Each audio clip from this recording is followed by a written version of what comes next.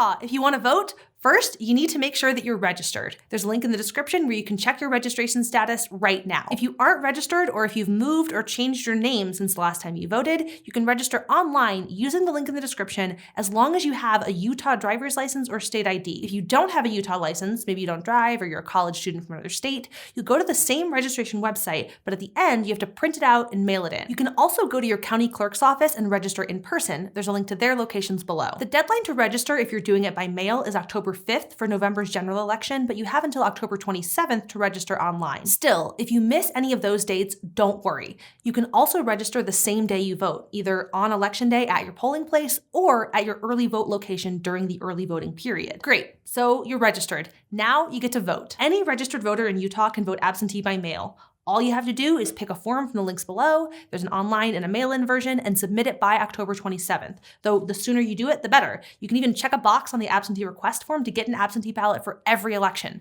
Instead of having to request one every time, a ballot will just show up in the mail every time you're able to vote. Once you get your ballot in the mail, you can fill it out at your own pace and send it in so that it gets to your county clerk by November 3rd. Most counties in Utah also allow you to vote early in person from October 20th through the 30th, but some counties add extra dates and the times and locations are different from county to county, so use the link below to see when and where you can vote early. If you plan on voting in person on November 3rd, there's a link in the description that will tell you where you need to go to vote. You'll need to bring an ID with you, like a valid Utah driver's license, state ID, concealed weapon permit, passport, or tribal ID. If you don't have any of those, you can bring two other kinds of ID, like a student ID, social security card, birth certificate, current utility bill, paycheck, or bank statement with your name and address on it, and a whole bunch of less common forms of ID. There's a list of all of them in the links below. If you want to see everything that's going to be on the ballot ahead of time, you can go to the same link that you used to check your registration and polling place and look at a sample ballot.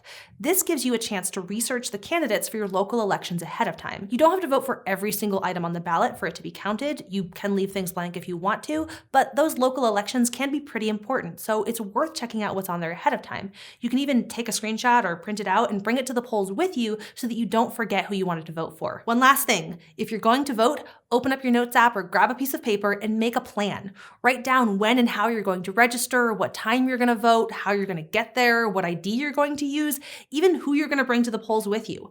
Having a plan is a great way to make sure that nothing unexpected stops you from voting on November 3rd. All the links you need to check your registration, vote early, or find your polling location are in the description. Thanks for being a voter.